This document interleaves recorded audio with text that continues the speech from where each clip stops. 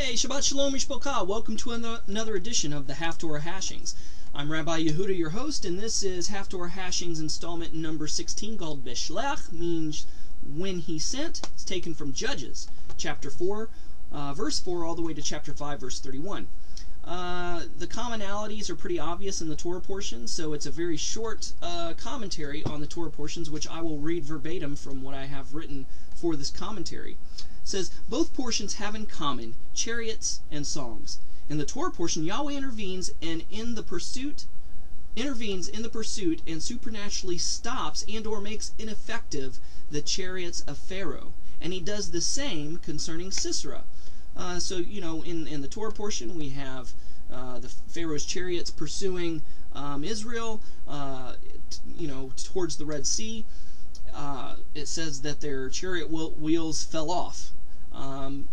Don't know if God just said, and boom, they fell off, or if, Israel, all the animals, the livestock following behind Israel made such a mess that it mingled with the sand and their chariot wheels got clogged with the animal poop and sand, and it was sort of like sandpaper and it wore their wheels down. I don't know, but anyway, it made the chariots ineffective. In the same way, in a similar way, Sisera was invading Israel, and it says that their chariots were made ineffective as well.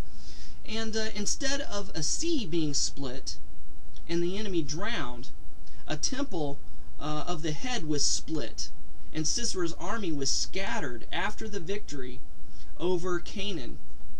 A victory song was composed, similar to the one composed at the Red Sea after Pharaoh and his army were drowned. So you remember that the sea of reeds, or the Red Sea, split and parted for Israel to walk through. When Egypt tried to pursue through the Red Sea, the waters collapsed back on them and they drowned.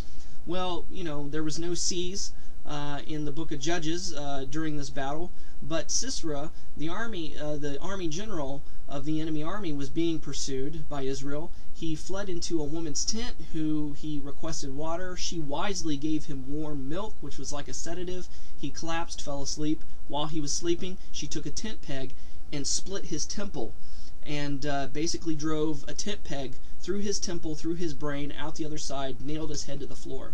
So his temple was split. And as a result, his army was scattered, and they weren't drowned, but they were killed by the Israeli armies. So that's the Haftarah portion for this week.